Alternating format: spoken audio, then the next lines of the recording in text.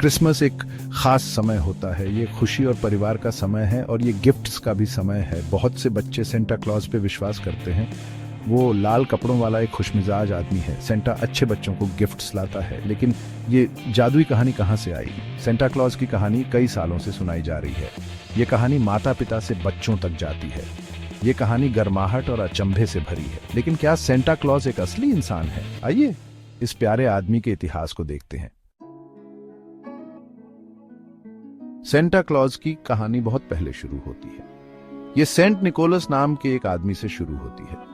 वो कई सदियों पहले तुर्की में पैदा हुए थे। सेंट निकोलस अपनी दयालुता के लिए जाने जाते थे। वो गरीबों की मदद करते थे और चुपके से उपहार देते थे।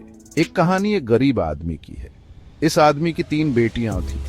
वो उनकी शादियां नहीं करवा सकता था। सेंट निकोलस ने इसके बारे में सुना। उसने चुपके से उस आदमी को सोना दिया। इससे बेटियों की शादी हो सकी।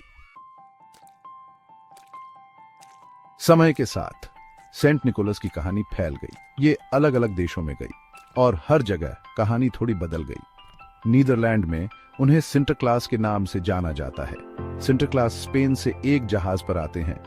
वो एक सफेद घोड़े की सवारी करते हैं और एक बड़ी किताब रखते हैं। जर्मनी में उन्हें वेहनाट्समैन के नाम से जाना जाता है। वो क्रिसमस की पूर्व संध्या पर उपहार देते हैं। यूरोप के अन्य हिस्सों में उन्हें दूसरे नामों से जाना जाता है, लेकिन विचार एक ही है। वो एक जादुई आदमी है जो बच्चों के लिए खुशी लाता है। सेंटा क्लॉज की कहानी डच लोगों के साथ अमेरिका आई। 1800 में अमेरिकियों ने सेंटा का अपना वर्जन बनाना शुरू किया। वो सफेद दाढ़ी वाला एक खुशमिजाज आदमी बन गया। उसने लाल सूट पहना और उत्तरी ध्रुव पर रहने लगा। अमेरिकी लेखकों और चित्रकारों ने सेंटा की छवि को आकार देने में मदद की। उन्होंने उसे हिरण, कल्फ और खिलौनों से भरी एक वर्कशॉप दी। सेंटा की ये छवि पूरी दुनिया में लोकप्रिय हो गई। सेक्शन 5, तस्वीरों की शक्ति। हम सेंटा को कैसे देखते हैं? सेंटा के इतने लोकप्रिय होने का एक कारण तस्वीरें हैं। कलाकारों ने किताबों और पत्रिकाओं के लिए सेंटा की तस्वीरें बनाई। इन तस्वीरों ने सेंटा को एक दयालु और खुशमिजाज आदमी के रूप में दिखाया। बच्चों को सेंटा की तस्वीरें देखना बहुत पसंद था। बाद में कंपनियों ने अपने विज्ञापनों में सेंटा का उपयोग करना शुरू कर दिया। सबसे प्रसिद्ध उदाहरण कोका कोला है। उनकी तस्वीरों में सेंटा को कोक पीते हुए दिखाया गया था। इससे सेंटा की छवि और भी व्यापक हो गई। सेक्शन 6, दुकानों और गानों में सेंटा खुशी फैलाना। सेंटा क्लॉज क्रिसमस समारोह का एक बड़ा हिस्सा बन गया। दुकानों ने खिलौने बेचने के लिए सेंटा का इस्तेमाल करना शुरू कर दिया। बच्चे दुकानों में सेंटा से मिलने जा सकते थे। वे उसे बताते थे कि उन्हें क्रिसमस के लिए क्या चाहिए। क्रिसमस गीतों ने भी सेंटा को लोकप्रिय बनाने में मदद की।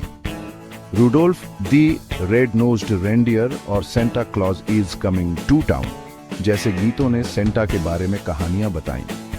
ये गाने रेडियो और दुकानों में बजते थे। सेक्शन 7, देने की भावना। एक खुशमिजाज आदमी से बढ़कर। हालांकि सेंटा क्लॉज की कहानी जादुई है, लेकिन यह हमें महत्वपूर्ण सबक सिखाती है। सेंटा हमें दयालु और उदार होने की याद दिलाता है। वो हमें दूसरों को देने का महत्व दिखाता है। बहुत से लोग क्रिसमस के दौरान सेंटा की तरह बनने की कोशिश करते हैं। वे जरूरतमंद लोगों को उपहार देते हैं। वे दूसरों की मदद करने के लिए अपना समय स्वेच्छा से देते हैं। यही क्रिसमस की असली भावना है। सेक्शन 8, असली जादू, दयालुता और उदारता। तो क्या सच में कोई सेंटा क्लॉज है जो एक रात में पूरी दुनिया में उड़ता है? शायद कहानियों में बताए गए तरीके से नहीं, लेकिन सेंटा का जादू असली है। ये दयालुता, प्यार और देने का जादू है। ये वो जादू है जो हम दूसरों की मदद करते समय महसूस करते हैं। ये जादू हमारे दिलों में साल भर रहता है। सेक्शन 9, तो क्या सेंटा असली है? सेंटा क्लॉज की कहानी एक खास कहानी है। ये पूरी दुनिया के बच्चों के लिए खुशी लाती है। ये हमें दयालुता और देने के बारे में सिखाती है। कहानियों में जिस तरह से सेंटा का वर्णन किया गया है, उस तरह से वो असली है या नहीं, इससे कोई फर्क नहीं पड़ता। जो मायने रखता है वो सेंटा क्लॉज की भावना है। ये प्यार, उदारता और खुशी की भावना है जिसे हमें न केवल क्रिसमस पर बल्कि पूरे साल अपने साथ रखना चाहिए।